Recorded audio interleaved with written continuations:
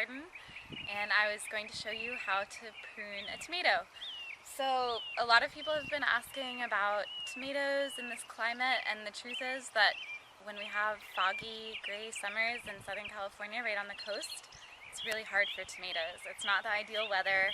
They love sun, they love heat, they don't love a lot of moisture on their foliage because that's what spreads a lot of diseases that tomatoes are susceptible to. But there are totally ways to circumvent at least some of those problems.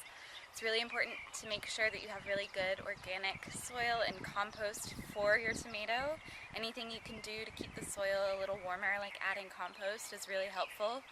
Mulching is really important, and making sure to water only into the soil. Never spray your tomatoes' foliage with water because that can lead to disease. And another thing that's really important to do is to prune tomatoes. So in pruning, you are sacrificing parts of the plant. You're cutting off parts of the plant that are flowering that would produce fruit. So it feels really sad, but I would really encourage you to do it just to allow more air to move around your tomato. The suckering also encourages your tomato to grow up instead of out, so in container gardening that's really ideal. You can then trellis and your tomato won't take over the whole bed.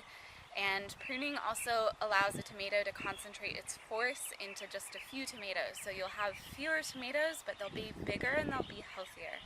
So it's totally up to you whether or not to sucker. It's something I've always done, whether farming commercially or in my garden, and I've had really good results. So to do that, you need to first identify what a sucker is. And a sucker is the new growth that's coming out of where a leaf touches the stem. So the leaves are these compound leaves. It looks like lots of leaves, but it is actually considered one leaf, called a compound leaf. And this is the main stem of the tomato, which you can tell just because it's thick and burly. And if you look at the shape of the tomato, you can see there's this central line. Keep in mind that tomatoes are vines, so their growth habit is like a vine. So the sucker is what's coming out of that juncture. And they can get pretty big, and especially if you're pruning your tomatoes a little late, it can be pretty overwhelming because tomatoes are just total jungle plants, and it'll be hard for you to figure out what's a sucker, what's a leaf, what's a branch. So anytime before you start pruning, I would really recommend you just take a moment to look at the shape of your tomato, figure out where the top of the tomato is, and I don't really mess with the top at all.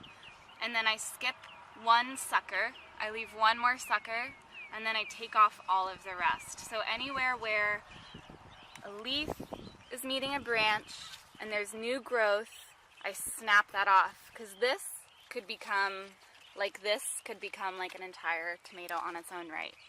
And usually they'll snap off pretty easily. If they don't, which this one isn't because it's a little older, use clippers or scissors. Just make sure to make a clean cut, because if you rip this off, it'll rip the stem's skin, and that just leaves the tomato open to more disease. So moving down the stem, here's another sucker coming out of where a leaf meets the main stem of the tomato, and then another. So I'm cutting all of these, and the key is really just to figure out what's a leaf and what's the stem, and look for the place in the middle. And those are the suckers, and those are what you want to take out. And that's it.